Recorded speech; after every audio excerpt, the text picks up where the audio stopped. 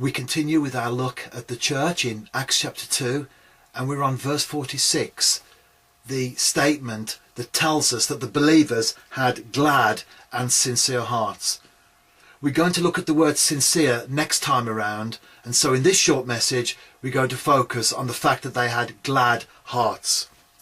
As you can see from the screen right now, there are three word groups for that particular word that we have in the English. The first word is translated as good cheer or mirth.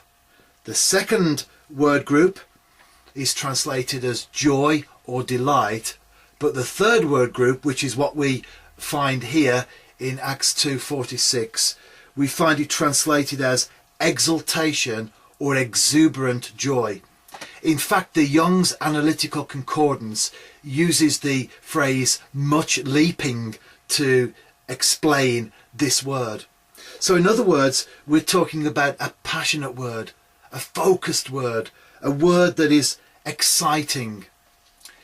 It's used in the scripture 3 times, and in Luke chapter 1 the angel appears to Zechariah and Elizabeth concerning the birth of John the Baptist, and he says to them that he will be a joy and delight to you. And the word joy is this third word, the exciting word, the passionate word. In Hebrews 1:9 it tells that God has set Jesus above all things and anointed him with the oil of joy.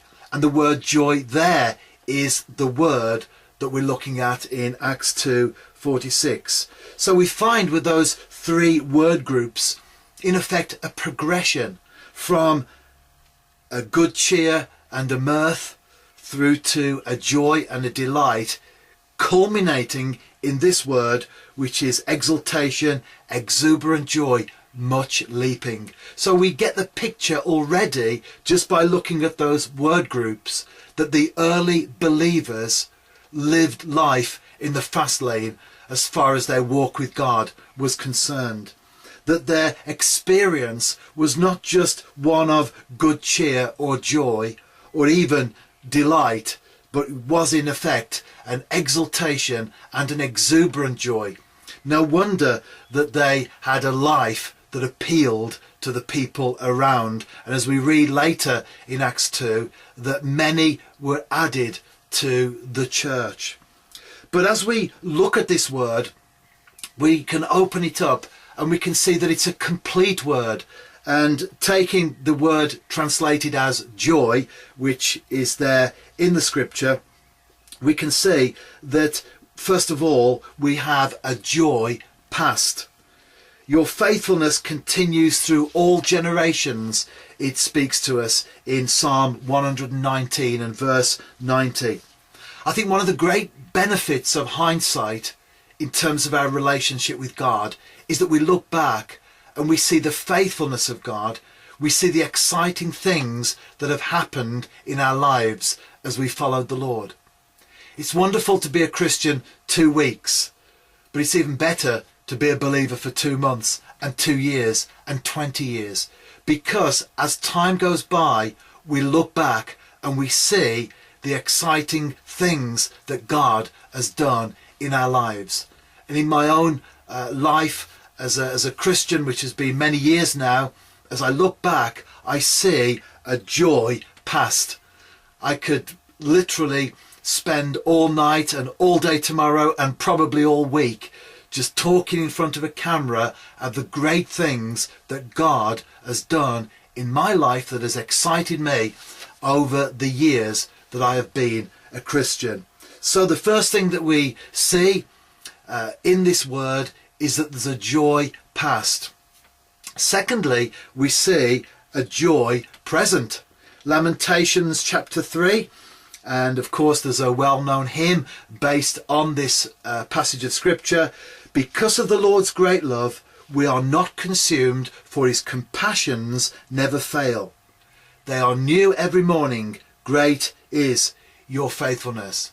Whilst I thank God for the things that he's done in the past, the great things that he's done, I'm also excited that God's doing things right now. Nostalgia is good, And I think the older we get, the more nostalgic we do become. But without a present, nostalgia can be very sad and it can be very empty. And personally, I'm very excited about my life right now, about the things that God is doing, about my relationship with God, because Jesus Christ is the same yesterday, today, and forevermore. So it's not just the things in the past that we should be excited about, not just a joy past, but also a joy present, experiencing moment by moment the goodness and the faithfulness of God in our lives. And then finally, to complete the tenses, a joy past, a joy present, and a joy future. In Revelation 21 and verse 4, it tells us that he will wipe every tear from their eyes. There will be no more death, or mourning, or crying, or pain. The great thing about the Christian life is that we have hope for the future. Hope is a wonderful thing. Hope is that which brings us through the dark times in our lives, through those experiences, even as Christians, where we're going through traumatic circumstances, we're going through very difficult and trying situations in our lives, but we know that with God he will bring us through. Sometimes the reality is we may not be living in joy at that particular time, but we know that God will turn it around. We know that as we're faithful and we walk close to him, that there will be a joy in the future. The reality is that most of the things that we worry about don't happen anyway. And the small percentage of things that do happen will happen whether we worry about them or not. And that's the great thing about relationship with God. We may not know what tomorrow holds, but we know the one who has tomorrow in his hands. So it's a joy past, a joy present, and a joy future. I'm excited about the future. I'm excited about tomorrow, about next week, next month, next year, because I know that God has been so faithful in the past. I know that he's faithful in the present, and accordingly he will be faithful in the future.